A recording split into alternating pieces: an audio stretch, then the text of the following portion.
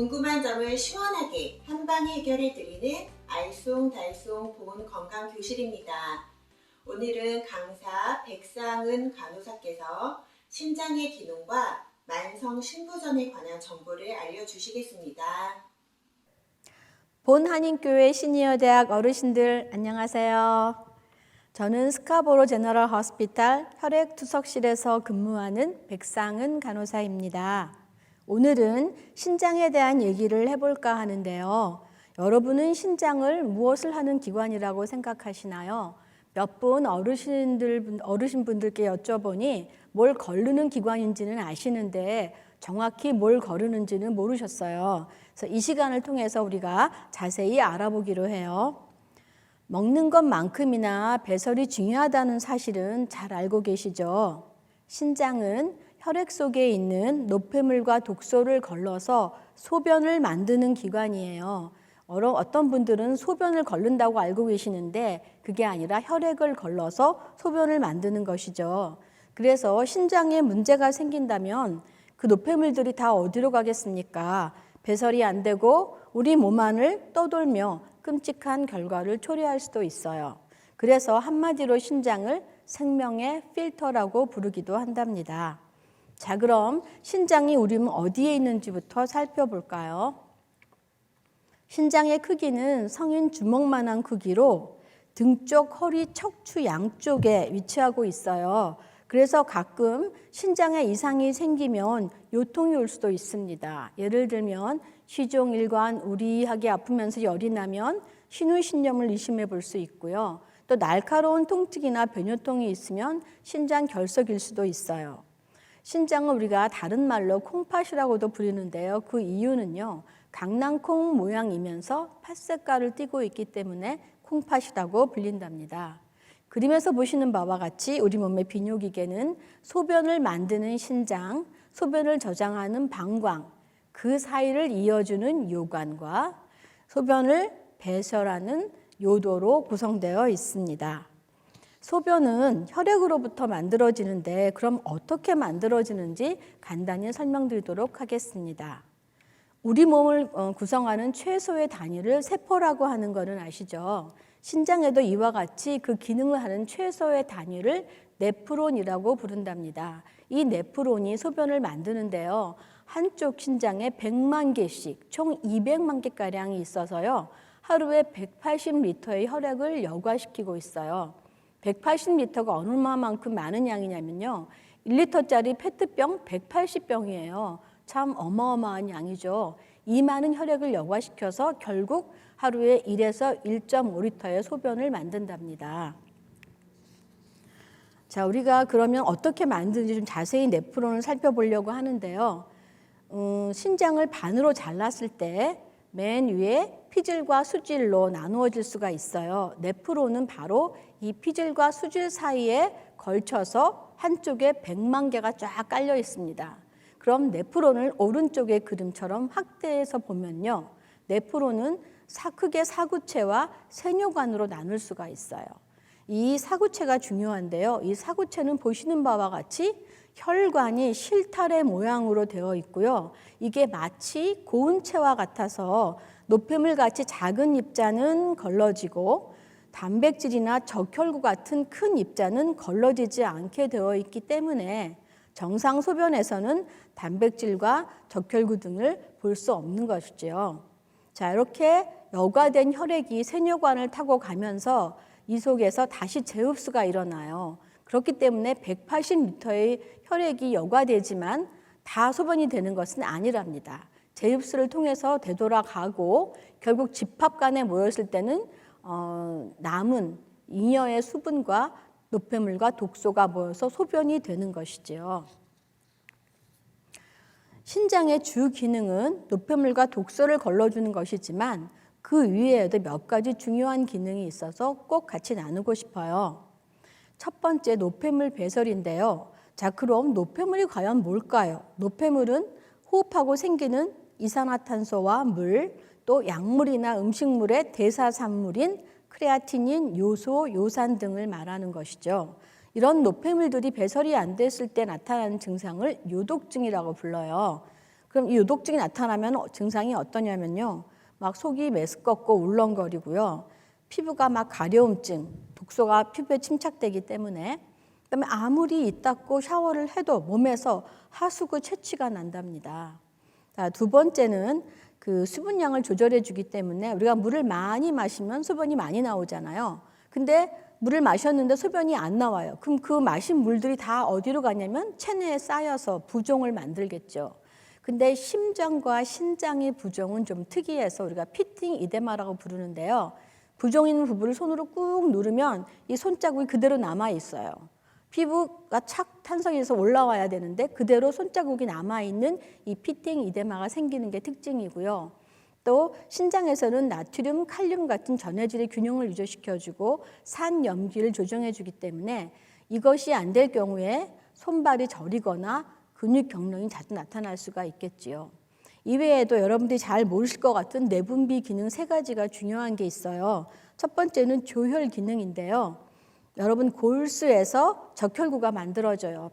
뼛속에 있는 골수에서 피가 만들어지는데 이 피를 만들어지게 유발시켜주는 호르몬이 신장에서 나온답니다. 그걸 어려운 말로는 에리스트로포이에틴이라는 호르몬이 나오는데 그 호르몬이 골수에 가서 적혈구 생성을 촉진시켜주는데 만약에 이 기능이 떨어지게 되면은 당연히 피가 적게 만들어지니까 빈혈이 오겠지요.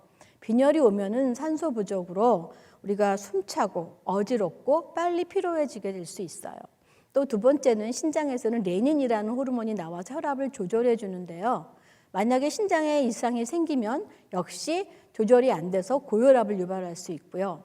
마지막으로 바이타민 D 활성화를 시키는 효소를 분비하는데 이것이 체내 칼슘 밸런스를 맞춰줘요. 그래서 이것이 기능이 저하됐을 때에는 칼슘이 떨어져서 골다공증을 초래할 수가 있습니다.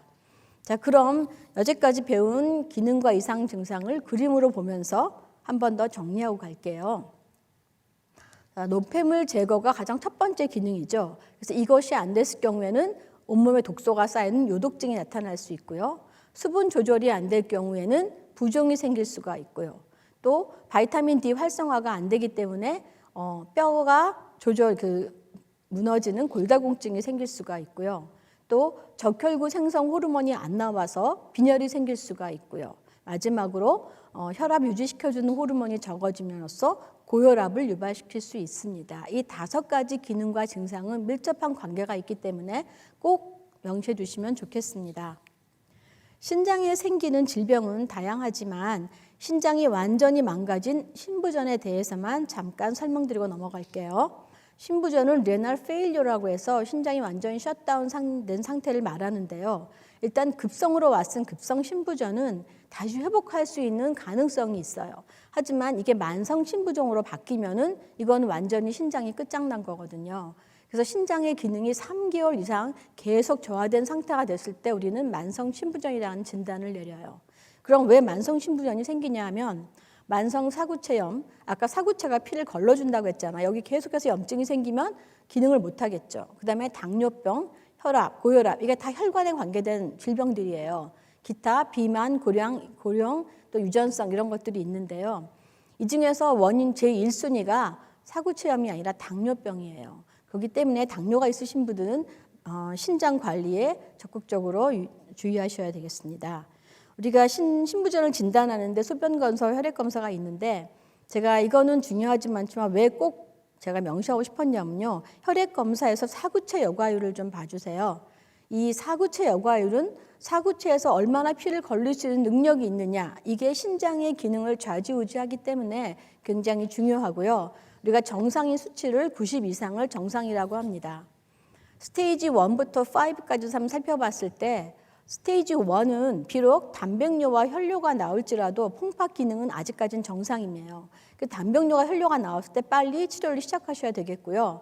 이게 점점점 나빠져서 스테이지로 5로 갔을 때에는 결국은 콩팥 기능이 15% 이하로 떨어져요. 이걸 말기 신부전이라고 해요. 그래서 의사들은 스테이지 4부터 투석을 권장하기도 합니다. 왜냐하면 말기 신부전에 왔을 때에는 치료가 없어요. 오직 투석이냐 아니면 신장 이식이냐 밖에 없기 때문에 말기 신부전까지 가지 않도록 하셔야겠고, 근데 스테이지 1부터 5 사이에 점점 나빠질 때 증상을 못 느낄 수도 있어요. 그렇기 때문에 이 신장은 하나의 침묵의 장기예요. 그래서 미리미리 예방하시고 검사하시고 방비하시는 게 중요하답니다. 자, 그러면 만성 신부전이 왔을 때 증상이 어떨까 좀 보시면, 일단 신장이 나빠지기 시작하면요, 가장 먼저 오는 게 식욕감, 피로감이에요. 그 다음에 나머지 기능은 아까 우리가 신장 기능에서 봤듯이 기능과 떨어지면서 나타나는 증상하고 똑같아요. 빈혈, 부종, 고혈압, 폐부종, 가려움 모두 아까 기능에서 이미 공부했죠. 자, 그 다음에 만성 신부전에 오면은 오직 투석과 신장 이식밖에 없는데요.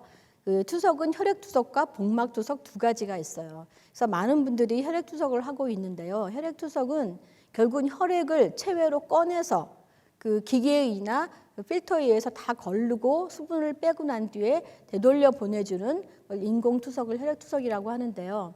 보통 한 번에 3시간 반에서 4시간씩 주 3회 이상을 하셔야 됩니다. 그래서 병원에 와셔서 투석을 하고 계시고요. 그래서 이 투석을 하기 위해서는 특별한 혈관이 필요해요. 보시는 바와 같이 일단 동정맥류라는 실수를 통해서 그 송곳만한 바늘을 찔러야 되거든요. 왜냐하면 피가 굳기 때문에 혈액을 투석을 할 수가 없어요.